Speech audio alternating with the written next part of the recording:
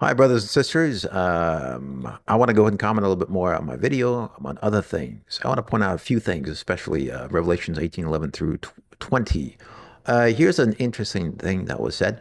The traders who made millions off her kept their distance for fear of getting burned and cried all the more. Doom, doom, the great city doomed, dressed in the latest fashions, adorned with the finest jewels. In 1 hour, such wealth wiped out. In 1 hour.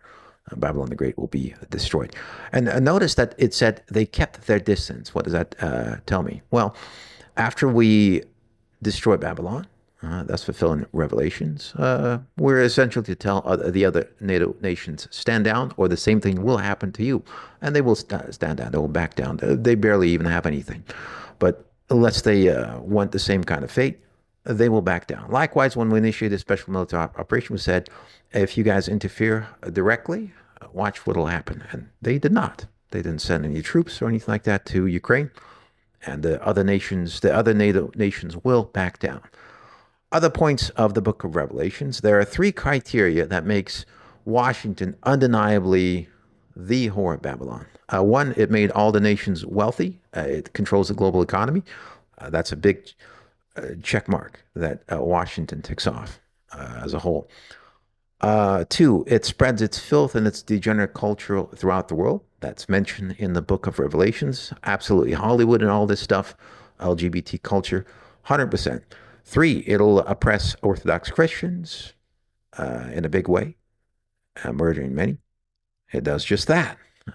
If you recall, Washington bankrolls and supports many entities in the world that oppress Orthodox Christians, like, for example, the Kiev junta arrests Orthodox priests, sets churches on fire. We've seen several examples of that, among other things, where it supports the regime that has taken over in Syria. That regime is murdering Orthodox Christians as we speak.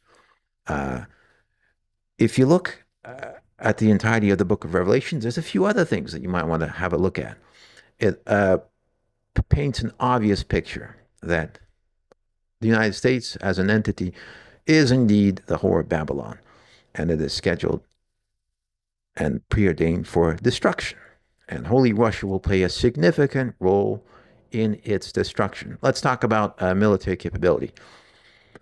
Now, as you all know, I am former U.S. Air Force, but I wouldn't say that this area would be my specialty. But here's one of the things that has been admitted by Washington. America's nuclear arsenal is decades out of date. In fact, they haven't upgraded any of their systems in a very long time. They're about to bankroll the upgrade of their arsenal. Before they do that, we should definitely take some kind of action. That's one. Two, their command and control is severely hampered, as I mentioned in the video. With the hypersonic missile advantage, you can disable their command and control, and then, of course, go after their nukes directly, completely dismantle all of their nuclear capabilities. They will not be able to answer. They won't even see the hypersonic missile systems in the air. They will not be able to respond. You can get a missile to Washington in about a minute. That's a huge advantage. Three, the U.S. has no anti-missile capabilities, unlike Russia. Russia can do quite a bit with its incredible ability to knock down any missiles that might be coming in. That's a huge one. Either way, we haven't seen historically this kind of situation. Over the last few decades, Russia has constantly upgraded its delivery systems and has invested in this area, and it can win this kind of conflict. Meanwhile, the U.S. has neglected it and has been neglecting it for decades, instead wasting its money on pointless and foolish wars in the Middle East, and of course on ridiculous regime change operations.